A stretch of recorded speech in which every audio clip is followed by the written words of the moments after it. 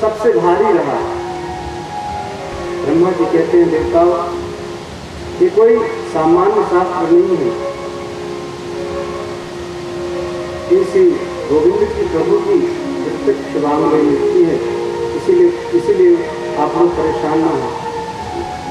सूर्य जी कहते हैं कि यही श्रीमद् भागवत का ज्ञान ब्रह्मा जी ने नारद जी को दिया था, परंतु सप्ताह विधि तो नारद जी को सनकादि ऋषियों ने ही श्रवण कराई थी। तो सनकादि ऋषि कृष्ण करते हैं लोक विग्रह मुक्तस्या नारदस्या स्थिरस्य विधिश्रीवेदितः प्रीतः संयोगः पुत्रदेशः। नारद जी का तो जीवन बड़ा अलग ही है। भगवान नारद जी कहीं ले जाए रुकते ही नहीं है, और जब एक जगह कोई रुकेगा नहीं तो वह 7 दिन तक स्थिर होकर कथा कैसे श्रवण कर सकता है। हमको बड़ा संदेह हो रहा है। सूर्य जी कहते हैं कि एक बड़ी अच्छी कथा है, आप लोग श्रवण करें। एक बार नारद जी पृथ्वी लोक में भ्रमण करने आए हुए थे, और उनकी भ्रमण करते करते उन्होंने यहाँ के दुखों को देखा, बड़े चिंतित हुए, और उनकी भेंट हुई सनकादियों से। सनकादियों ने पूछा, कथम ब्रह्मण्डीर्मुखाकुतश्चिन्तायो भवान् त्वरितं गम्यते पुत्रा कुतश्चागमनं तव। बड़े उदास दिख रहे हैं, बड़े चिंतित लग रहे हैं, क्या बात है? अरे नारद जी, आपका तो इतना सुंदर जीवन है, ऐसा जीवन है कि आप रोते हुए को हंसाने वाले हैं, और आज आपसे उदास दिख रहे हैं, और इतनी जल्दी में आप कहाँ से आ रहे हैं और जा कहाँ रहे हैं? इस प्रकार से जब सनकादियों ने पूछा नारद जी से, नारद जी कहते हैं, भगवान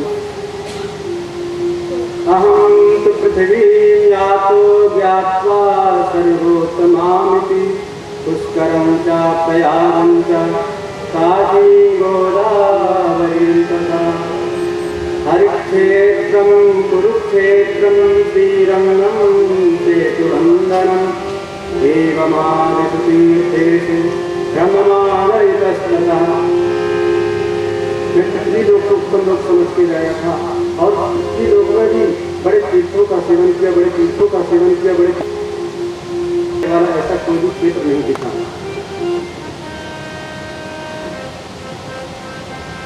पुष्कर, प्रयाग, काशी, गोदावरी, इन सब क्षेत्रों में गया, परंतु कहीं भी ऐसा मुझे नहीं लगा कि यहाँ शांति है, यहाँ प्रसन्नता है।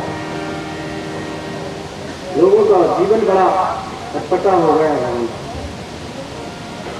मंदासनंदवदेव मिंद भाग्या सत्कृता पाखंड निरता संतो दृष्टा सत्कृता। लोगों की जो बुद्धि है थोड़ा मंद हो गई है, परिश्रम कोई करना नहीं चाहता है, कुछ सभी चाहते हैं।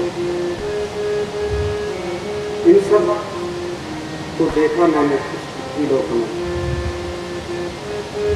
कन्या विप्रीणो लोभा दंपतीनां कल्पनम।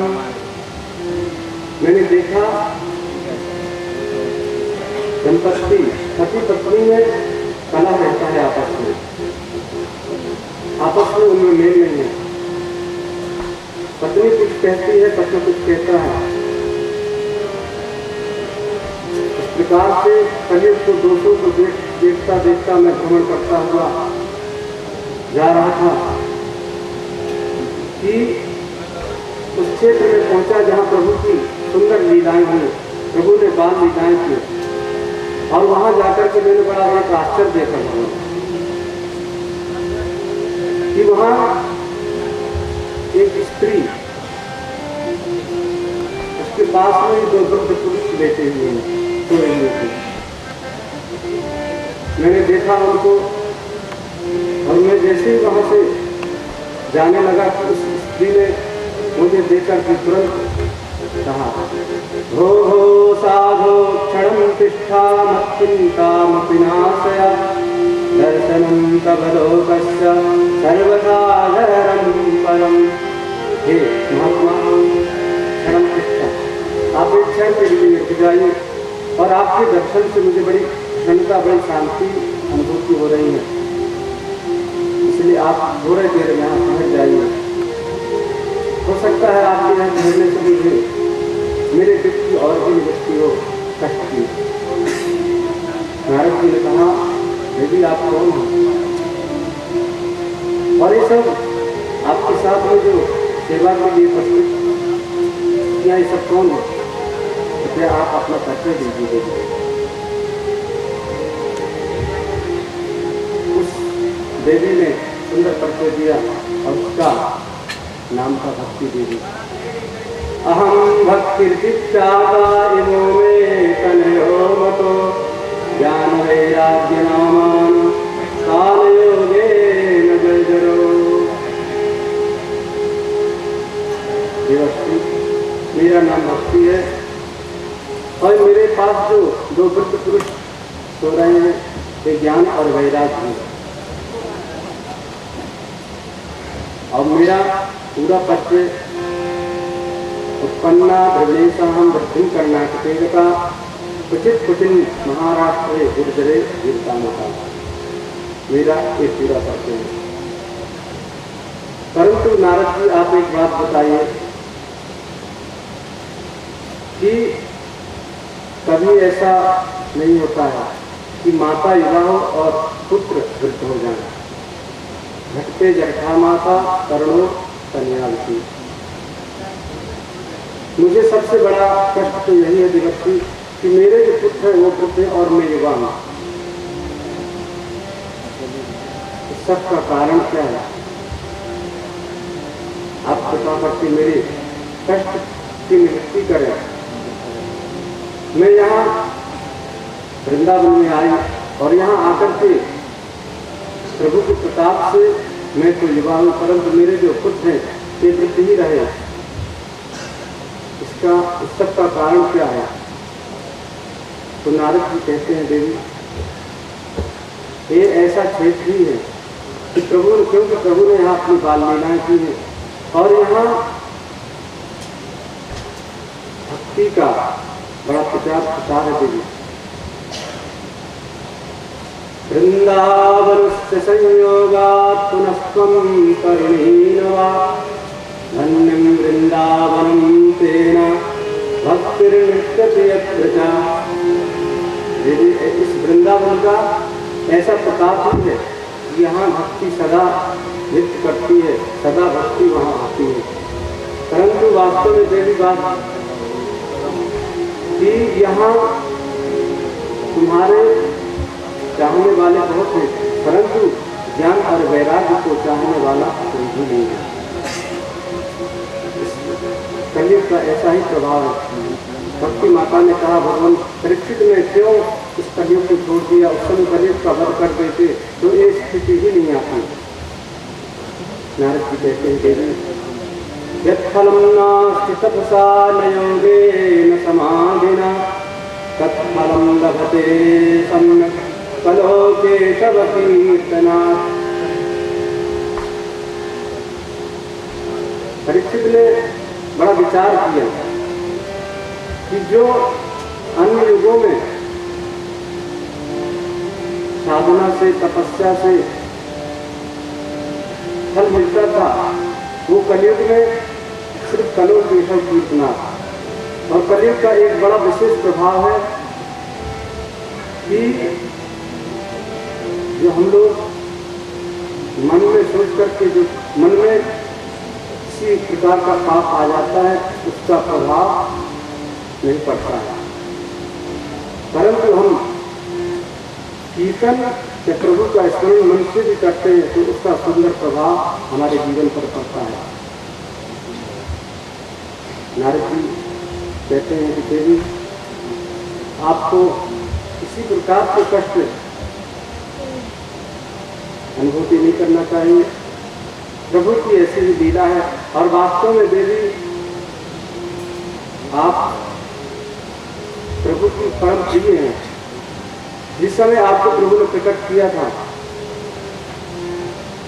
तो उस समय आपके साथ मुक्ति, ज्ञान, वैराग्य उनको आपके साथ रह दिया था। आपकी सहचरी के रूप में मुक्ति रहे और ज्ञान वैराग्य आपके रूप में रहे। सतयुग, त्रेता, द्वापर इनमें क्रमशः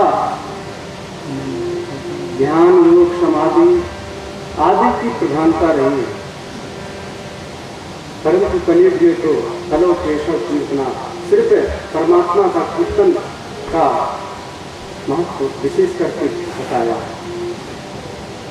इसलिए आप किसी प्रकार से कष्ट न महसूस करें।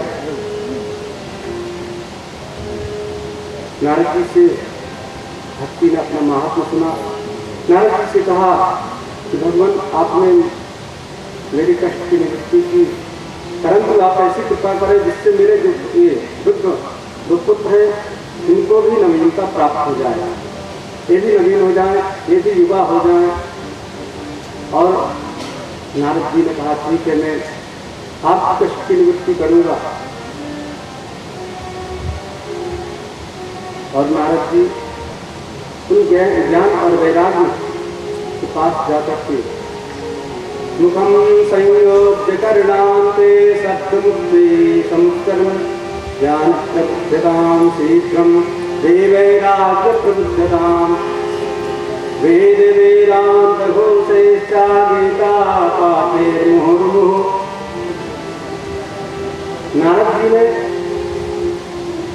ज्ञान और वैराग्य के पास जाकर के पहले तो उनको हिलाया दिलाया,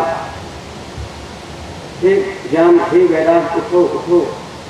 जब इस प्रकार से भी नहीं उठे तो वेद वेदांत घोषेच्छा गीता पाठे मुहुर्मुहुः बुद्धिमानो तदा तेना कथं चित्तो गला। वेदों का पाठ किया, वेदांत का भी पाठ किया, गीता पाठे मुहुर्मुहुः, गीता का भी पाठ किया, परंतु फिर भी ज्ञान और वैराग्य को उस अवस्था से नारद जी सही अवस्था में ना ला पाते। वे उठते थे परंतु थोड़ा उठते और पुनः गिर जाते, ऐसी उनकी स्थिति थी। नारद जी को बड़ी चिंता हुई कि अब कौन सा ऐसा साधन है जिससे इनकी कष्ट की निवृत्ति हो। तुरंत उस समय आकाशवाणी होती, हे नारद जी आप सत्कर्म करें और वह कर्म है आपको संत महात्मा लोग बताएंगे। आकाशवाणी नारद जी ने सुनी। नारद जी भक्ति से कहते हैं देवी आप बिल्कुल परेशान न हो और मैं आपसे प्रतिज्ञा करता हूं कि मैं आपको सुख प्रदान करूंगा और प्रभु के भक्तों में जैसा पहले आपका सम्मान था उसी प्रकार से होगा और उन ज्ञान वैराग्य के निमित्त भी उपाय करूंगा। नारद जी वहां से चल देते हैं सत्कर्म की खोज में कि वो कौन सा सत्कर्म है। संत महात्माओं से पूछते हैं परंतु कोई उनका सही उत्तर नहीं दे पा रहा। कुछ लोग तो यही कहते हैं कि नारद जी जैसे ज्ञानी महात्मा जब सत्कर्म का अर्थ नहीं लगा पाए तो हम सामान्य लोग कैसे लगा पाएंगे। और कुछ लोग अपनी अवहेलना समझ करके उनसे बात नहीं करते। इस प्रकार से नारद जी उदास हो गए और नारद जी ने सिर्फ एक ही निर्णय किया कि अब मैं जाकर के बद्री वन में जाकर के तपस्या करूंगा। और वहाँ नारद जी जा रहे हैं। उसी समय कनकादि से उनकी भेंट हुई तो सूर्य जी कह रहे हैं कि जब नारद जी ने उनसे मुलाकात की तो नारद जी ने यही बताया था कि भगवान वह सत्कर्म कौन सा है। तो सनकादियों ने कहा, देवर्षि नारद, यह सत्कर्म किसी लोक में ढूंढने की आवश्यकता नहीं है। ये सत्कर्म तो किसी पृथ्वी लोक में ही है। ततो यज्ञास्तथा परे स्वाध्यायज्ञानयज्ञाश्च हेतुकर्म विसूचका सत्कर्म सूचको नूनं ज्ञानयज्ञो बुधे श्रीमद्भागवतालापः शुक्लसतुगीतः सुतादिः। यज्ञ में यज्ञ होता है और योग में यज्ञ होता है और तपो यज्ञ होता है और स्वाध्याय यज्ञ होता है। तो नारद जी, जो स्वाध्याय रूपी यज्ञ है, यही सत्कर्म आपको आकाशवाणी में होता है, इसी को सत्कर्म कहते हैं। आप सब में ज्ञान अर्जित कीजिए, जिससे ज्ञान और वैराग्य पुष्पित हो जाएंगे, भक्ति भी और प्रसन्न हो जाएंगी। तो नारद जी ने कहा, भगवान उस ज्ञान यज्ञ को कहाँ करना चाहिए। सनकादि ने कहा, विवेक में गंगा द्वार समेते तो कटमानंद नाम कर। गंगा जी के तट में एक हरिद्वार क्षेत्र है, वहाँ जाकर वहाँ आप इसका आयोजन करें। नारद जी ने कहा, भगवान अब आपसे उत्तम वक्ता और कौन होगा, इसलिए आप ही इसके लिए उचित हैं। आप ही इस ज्ञान यज्ञ को मुझे श्रवण कराएं। उसको कैसे सुनना चाहिए, कितने दिन में सुनना है, उन सब को विधि विधान से आप मुझे सुनाएं। और हरिद्वार क्षेत्र में सनकादि नारद जी को लेकर के आते हैं।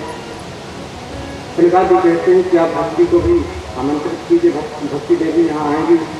और बड़ा सुंदर स्थान है उस हरिद्वार क्षेत्र में, हरिहर क्षेत्र में। जो हिंसक जीव हैं, आपस जिनकी नैसर्गिक शत्रुता रहती है, वे भी वहाँ मित्रता के भाव से आपस में मिलकर के रहते हैं। ऐसा वह सुंदर क्षेत्र है। और जैसे ही लोगों ने सुना कि सनकादि नारद जी को भ्रमण कराने जा रहे हैं, तो सभी लोग वहाँ आने लगे। भृगुर्वसिष्ठश्च वनश्च गौतमो मेधातिथिर्देवलदेवरातो रामस्तथागाधिसुतश्च साकलो मृगण्डपुत्राद्रिजिवित्पलाद।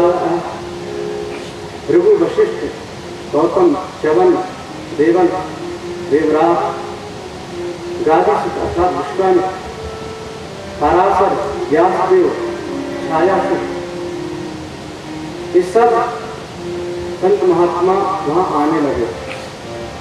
और भृगु ऋषि तो लोगों को बुला बुला करके लाने लगे, क्योंकि भागवत की कथा ऐसी है कि सुनने वहाँ जाने से भी अधिक फल प्राप्त होता है किसी को उसके प्रति प्रेरित करना। अगर किसी कारणवश नहीं आ पा रहे और दो चार लोगों को उसके प्रति प्रेरित कर दिया, तो जो फल उन सुनने वालों को मिलेगा, वो फल वो प्रेरित करने वाले व्यक्ति को भी प्राप्त होगा। इसलिए भृगु ऋषि सबको मना करके ला रहे हैं। जो नहीं आ रहे हैं उनकी भी विनती करते हैं, उनसे निवेदन करते हैं। इस प्रकार से सबको मना करके वहाँ लाए। और वहाँ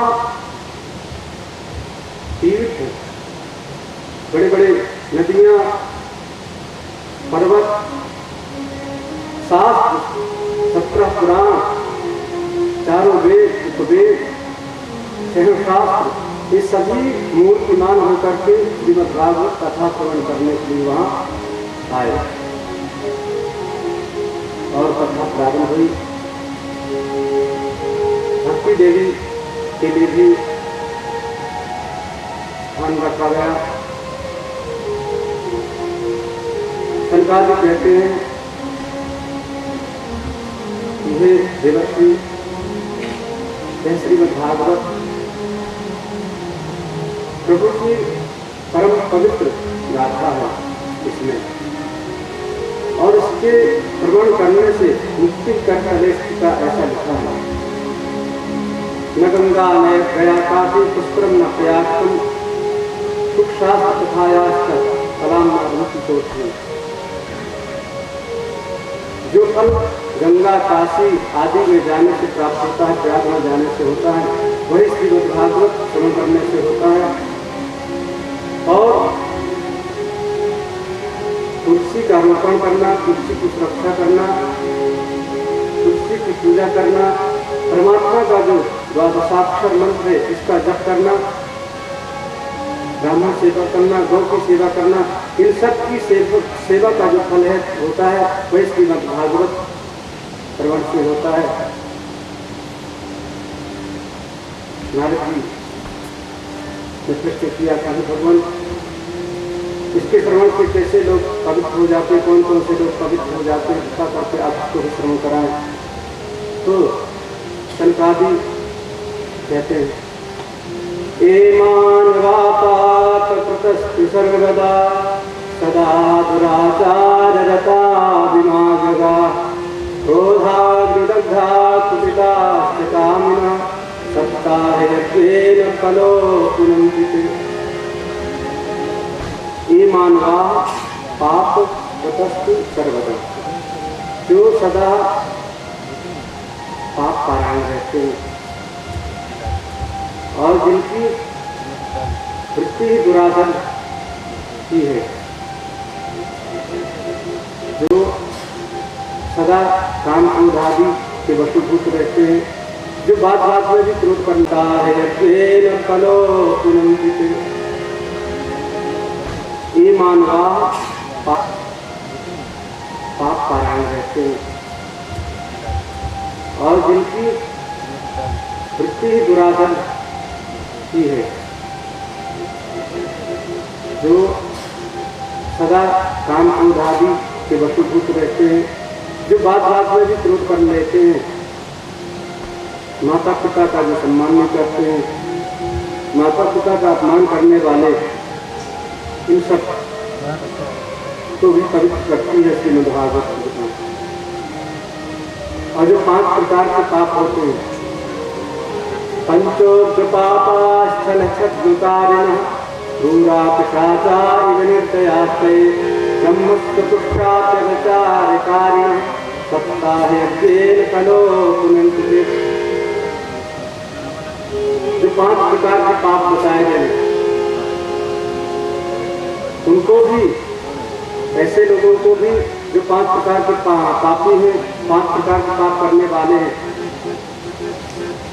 उनका अपमान करने वाले, स्वर्ण चोरी करने वाले, इन सबको भी सप्ताह श्रवण से सद्बुद्धि प्राप्त होती है। ऐसे लोग भी शुद्ध भाव को प्राप्त हो जाते हैं।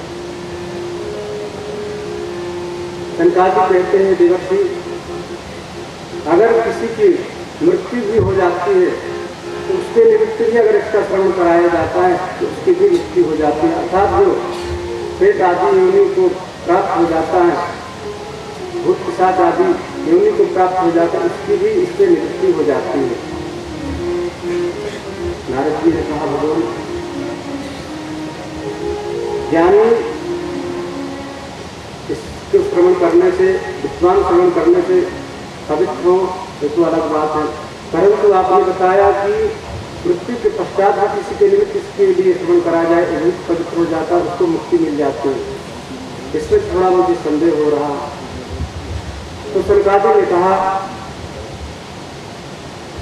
कि तुंगभद्रा तटे पूर्वा महोत्पत्तम उत्तमम मित्रवर्णा स्वधर्मेणा कर्मतत्परा।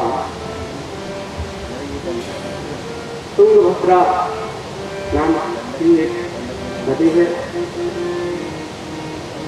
नगर है, और वहाँ एक आत्मदेव नाम के ब्राह्मण रहते हैं, जो 16 मार्ग के निष्ठांत द्वितीय एवं भास्कर, जो सभी प्रकार के शास्त्रों के ज्ञाता भी हैं और उनके नियम को पालन करने वाले हैं।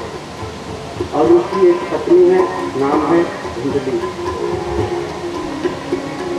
ब्राह्मण के पास कुछ भी कमी नहीं, सब कुछ पर्याप्त मात्रा में भी है। और उनकी जो वृत्ति है आकाश वृत्ति है, अर्थात और एक कर्म है उनका। इस प्रकार से उनके यहाँ सभी प्रकार की समृद्धि है। सिर्फ कष्ट है तो एक ही है कि उनके संतान नहीं है। लोग तरह तरह से उनको ताना देने लगते, अरे तो धुंधली तो उससे कुछ भी मतलब नहीं था। एक दिन बड़े कष्ट में आए आदिदेव महाराज और वन के लिए कर देते, और उन्होंने सोचा जाकर के तब करूँगा और पुत्र प्राप्ति होगी, और यहाँ से चल देते हैं। जाकर के बहुत थक गए थे, जलपान किया, बैठ गए, बड़े उदास बैठे हैं कि वहीं से एक संत महात्मा जैसे